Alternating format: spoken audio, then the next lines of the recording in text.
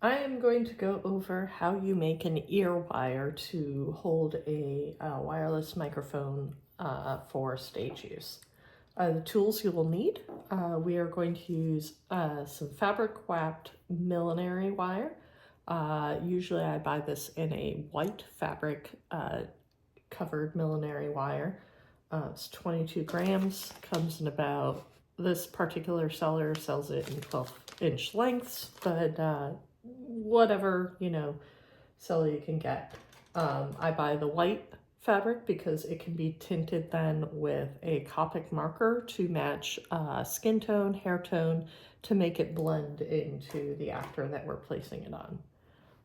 In addition to the millinery wire, we're going to need our Hellerman tool and tubes.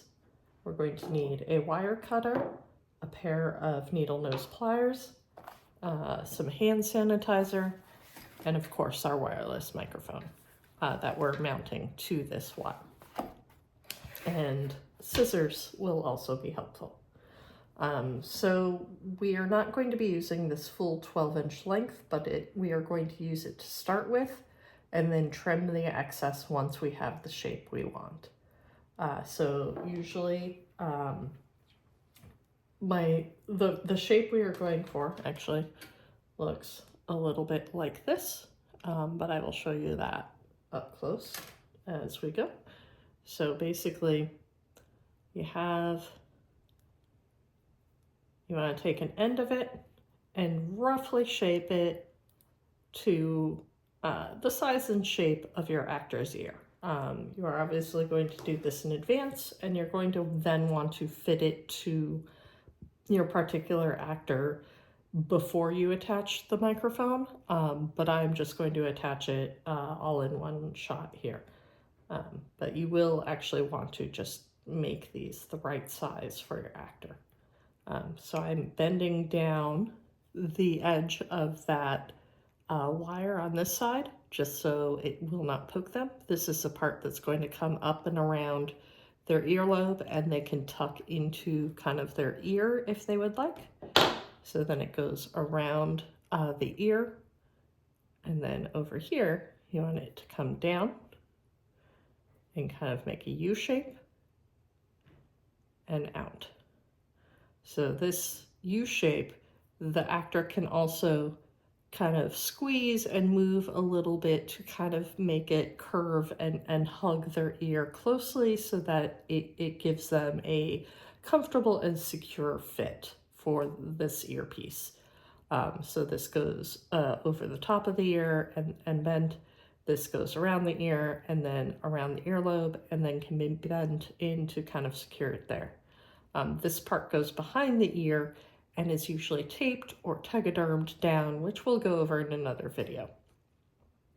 This part gives a little bit of resilience to the wire so that if it's bent, it's not going to rip it off of, or pulled, it's not going to rip it off of the actor's face. It gives a little bit of give in there. And then the microphone is going to mount to this. This is obviously too long. Usually what I would do is fit this to the actor's ear, make any adjustments in the size of this, because you might need to make this curve a little bit smaller, a little bit bigger, depending on the shape of their ear and what is comfortable for them. And then trim the microphone extender piece to whatever length you think is appropriate for their microphone on their face. I'm going to kind of guesstimate. Usually it's going to be about 4 to 5 inches, so I'm going to cut it about there. And I'm also going to curve that end around with my needle nose pliers so it will not poke them.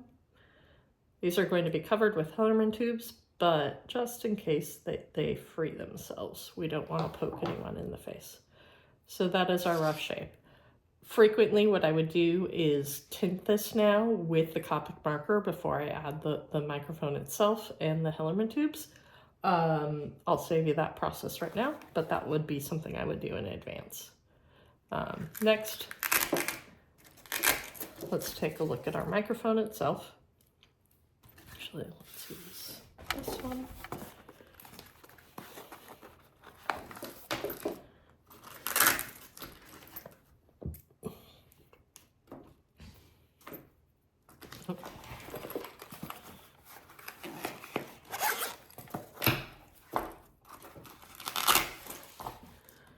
finding one without a wire. Okay, so this wire we're going to want to mount so that the microphone lines up with the base of that ear wire just below the edge of the cap. And then the wire is going to be Hellerman tubed, probably one up here, one over here to kind of secure it, one over here to also secure it. And then depending on your actor's comfort, frequently you'll want to do another one down here just to kind of guide it along the edge of their ear. You can talk about that with your actor and see what they are most comfortable with before you put that on. But on the whole, it usually helps.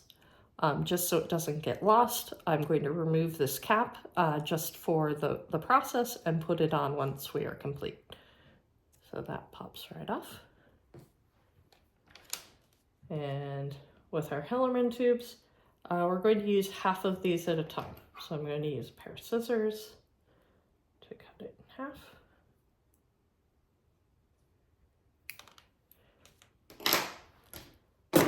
And take our Hellerman tube. If you missed the prior video, it's a fun little thing.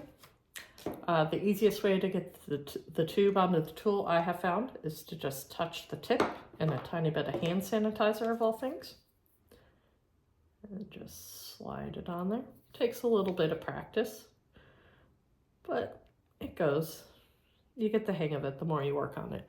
So now that the tube is on there, when you open this, it will give you a lovely little space. Actually, maybe a little further. Little space that we can fit that microphone through. Okay. So with one hand, I'm going to hold this microphone where I want it with the wire. Again, we want it so that the wire rests just below where that cap actually finishes, so it doesn't interfere. So then once the wire's there, we take that Hellerman tube and we slide it on. And this again takes a little bit of finagling to get it off just the right way. But now the Hellerman tube is holding the wire to the head of the microphone fairly securely. And the tip of that is free for sound as well as that cap. Next, we are going to want to put one over here. So same process. I'm going to use the other half of that tube I cut.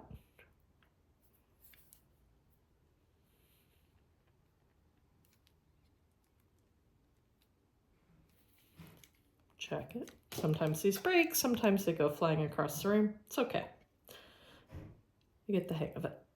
Okay, slide it through. And as close as we can to that bend without really being too disruptive to the shape of that microphone wire. Well, these are relatively resilient. We don't want to put any kinks in them or any undue stress. So you just kind of work it free.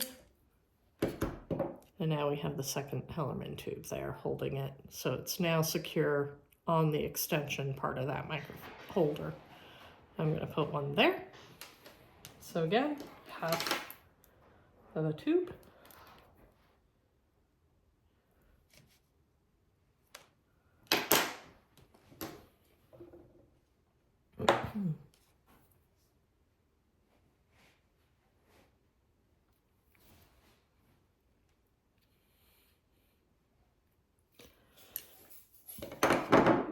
And now because we have to get over that hump, actually I find it easier to just slightly unbend it, but we can still see where the bend we need is.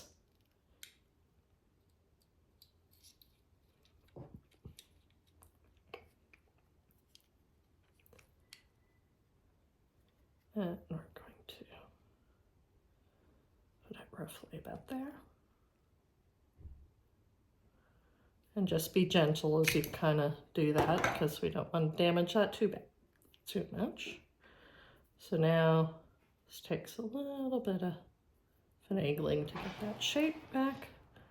But the Hellerman tubes are just loose enough that you should be able to slide the wire gently to get your shape back.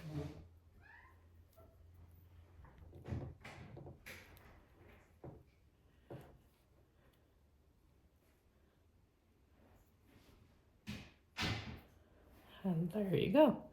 So like I said, depending on your actor and how they like to wear the wire, you can either continue and put another Hellerman tube down here if they would like it to run down the side of their neck a little bit more, or the other option is you can put a toupee clip in here to clip it into their hair behind the ear to run the mic back towards the center of their neck. It's really a personal preference of the actor and probably a conversation you should have with them to figure out which one works better for their situation. And then the last step I'll do, just so it doesn't poke them, I'm going to add a Hellerman tube to this end here so it doesn't have a sharp edge. So with that remaining half, a little bit of hand sanitizer. Put it on there.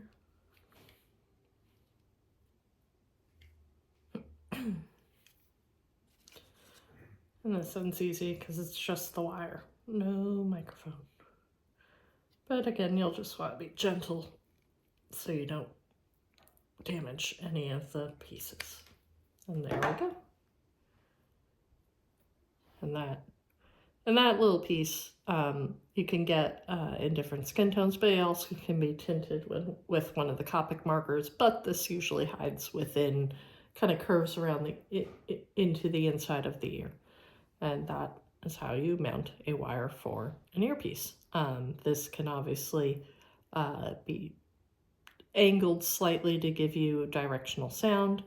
And now that everything is wired, I'm going to put the cap back on. And you are all done.